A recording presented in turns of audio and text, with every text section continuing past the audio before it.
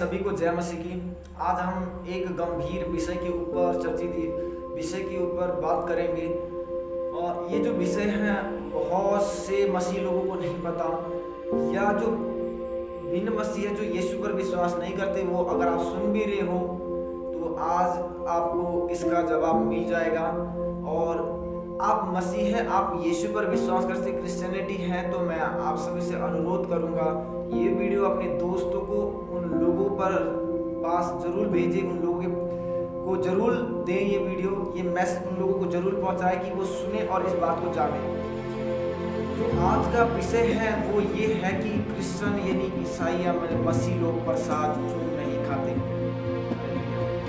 तो मैं एक सिंपल और सरल तरीके से मैं आप लोगों को समझाना चाहूँगा कि जो ईसाई यानी कि क्रिश्चियन यानी कि मसीह जो लोग हैं प्रसाद क्यों नहीं खाते। तो ये बहुत लंबे समय से वाद विवाद और बहुत लंबे समय से ये विषय एक चर्चा का विषय रहा है और लोगों के बीच में बहस का भी एक विषय रहा है।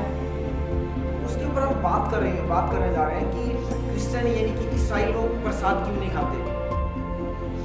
जैसे हमारे बहुत से भाइयों में और बहनों में ये प्रचलित है कि मंदिर में गए, गुरुद्वारे में गए, मस्जिद में गए या अन्य जगहों में गए, तो वहाँ से जो खाने के लिए जो भी चीज़ें मिले, कहा जाता है उसको लेकर आकर उन्हें दिया जाता है कि हर एक लोगों को दे दो, क्योंकि उसमें ईश्वर का आशीर्वाद है, परमात्मा का आशीर्वाद है, परमेश्वर का आशीर्वाद है। आप खाओगे तो आपका भला होगा, आपके जीवन में कोई अच्छे काम होंगे, क्योंकि आपने परमेश्वर के दिया हुआ यानी ईश्वर का दिया, भगवान का दिया प्रसाद है।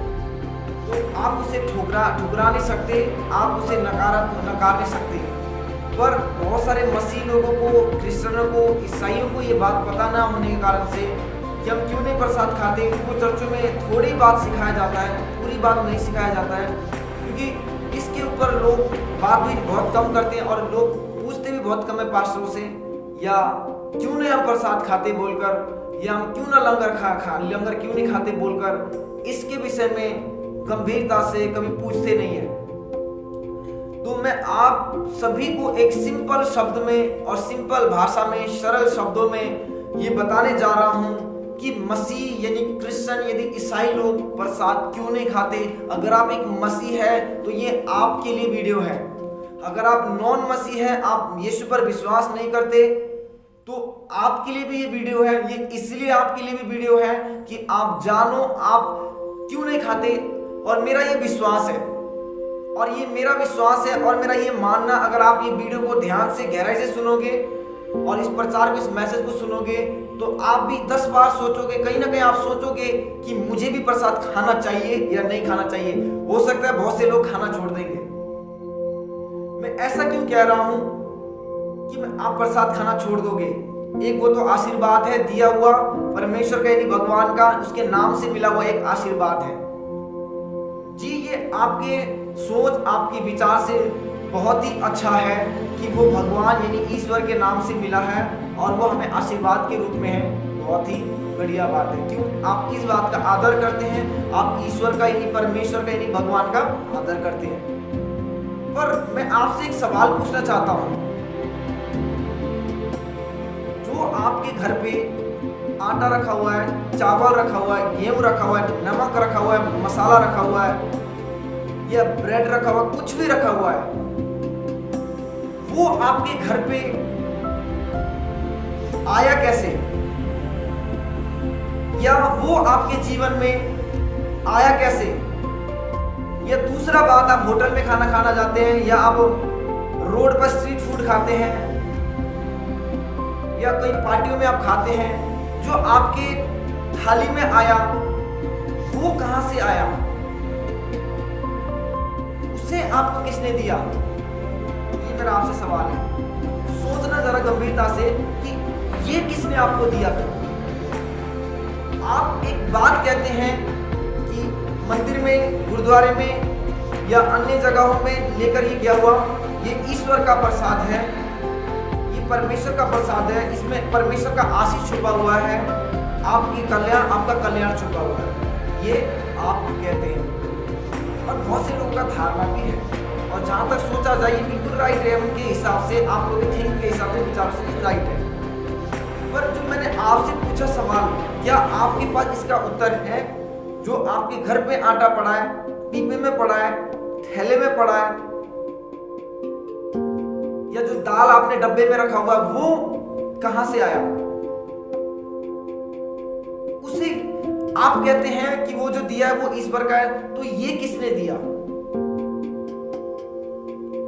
आइए हम बाइबल से पढ़ेंगे, क्यों परमेश्वर के वचन में ऐसा बात, क्यों क्रिश्चियन यानी मसीह या ईसाई लोग प्रसाद नहीं खाते, इस बात को ध्यान से समझना।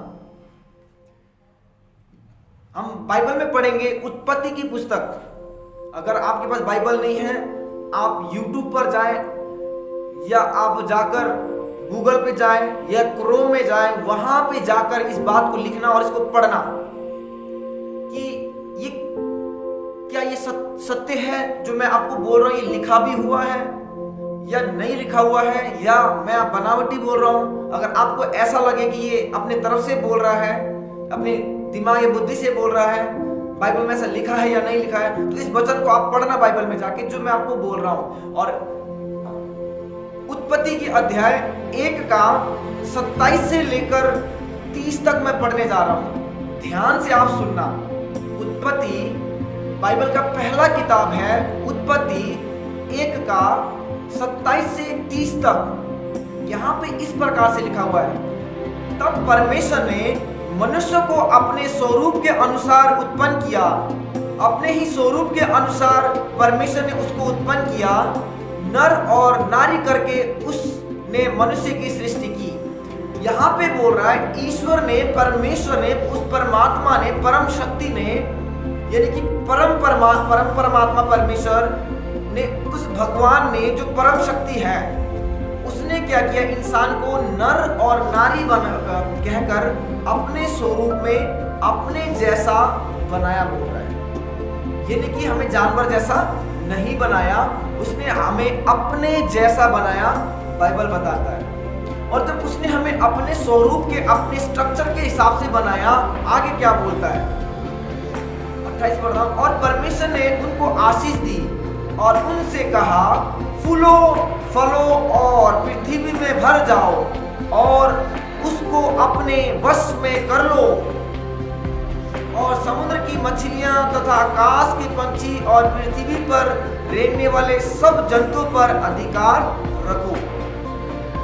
अब यहां पे देखिए परमेश्वर ने क्या बोला, कहता है परमेश्वर ने क्या दिया, आशीष दिया, कह रहा है, यानी कि आशीर्वाद दिया। किन चीजों पर? नीचे और पढ़ते थोड़ा सा, अधिकार रखो। तब परमेश्वर ने उनसे कहा, सुनो, जितने बीज वाले छोटे छोटे पेड़ सारी पृथ्वी के ऊपर हैं और जितने वृक्ष में बीज वाले फल होते हैं, वे सब मैंने तुमको दिए हैं, वे तुम्हारे भोजन के लिए हैं। अब जो मैंने आपसे सवाल पूछा था, उसका उत्तर यहां पे लिखा हुआ है। क्या लिखा हुआ है कि परमेश्वर ने सब चीजों के ऊपर हमें आशीर्वाद ठहरा कर दे दिया है। यानी कि जितने भी धरती पर गेहूं उपज रहा है किसी खेत में, अगर किसी पेड़ में कुछ फल उग रहा है, सेब उग रहा है या केले उग रहे हैं, नारियल उग रहा है, तो ये परमेश्वर का वचन क्या बोल रहा है कि परमेश्वर ने मनुष्य को, इंसान को आशीर्वाद देकर दे दिया। यानी कि एक बार उसने इन सब चीजों के ऊपर हमें अधिकार दे दिया और बोला, इस पे फूलो फलो, इस पे अधिकार रखो और इन्हें खाओ, ये मैं तुम्हारे भोजन के लिए देता हूं। अब आप मुझे एक बात बताइए, जब उसने हमें ये अधिकार दे दिया, आशीर्वाद दे दिया, है ना, जब उसने हमें आशीर्वाद के रूप में दे दिया, अगर उसका आशीर्वाद नहीं होता हमारे ऊपर, इन खानों के ऊपर, फिर आपके घर में आटा नहीं होता या मेरे घर में आटा नहीं होता, फिर आप भूखे सो रहे होते, आप भूखे मर रहे होते, फिर चिल्लाते, हम कहते हमें आशीर्वाद के रूप में कुछ खाने को दे दे। तो यानी कि आप और जो मेरे घर पे पड़ा हुआ है, या आप और मैं कहीं से खरीद के खाते हैं, यानी आप और मैं रेस्टोरेंट से लेते हैं, आप और मैं स्ट्रीट फूड से लेते हैं, रोड से लेते हैं, तो वो ईश्वर के ओर से, परमेश्वर की ओर से आशीर्वाद के रूप में हमें दे दिया गया ऑलरेडी। उसमें आशीर्वाद आ चुका है। अगर उसमें आशीर्वाद नहीं होता तो आप मुझे ये बताइए, तो आपके और मेरे पास कैसे पहुंचता? तो यानी कि परमेश्वर ने हमें आशीष के रूप में दे दिया है। और इसीलिए जो ईसाई यानी क्रिश्चियन या मसीह जो लोग हैं, इसीलिए नहीं खाते प्रसाद, क्योंकि उसने एक बार शुरुआत में ही धरती को बनाते टाइम ही उस चीज को प्रसाद के रूप में आप दे दिया, आप और मुझे दे दिया। जब उसने आप और मुझे प्रसाद के रूप में दे दिया, आशीर्वाद के रूप में दे दिया, उसने आशीर्वाद भर दिया, तो परमेश्वर दोबारा कहां से, हम कैसे दोबारा किसी चीज को लेकर हम प्रसाद बनाए, है ना? हम दोबारा कैसे प्रसाद बना सकते हैं? फिर हम दोबारा जाकर बोले कि हे परमेश्वर, हे परमात्मा, ये तूने फिर क्या, फिर तू इसको मुझे आशीर्वाद दे, मैं इसको खाकर मैं क्या हो जाऊं, मेरे जीवन से दुख दूर हो जाए। ऐसा नहीं है मित्रों। उसने एक बार आशीष दे दिया है और उसके ऊपर ठहरा हुआ है।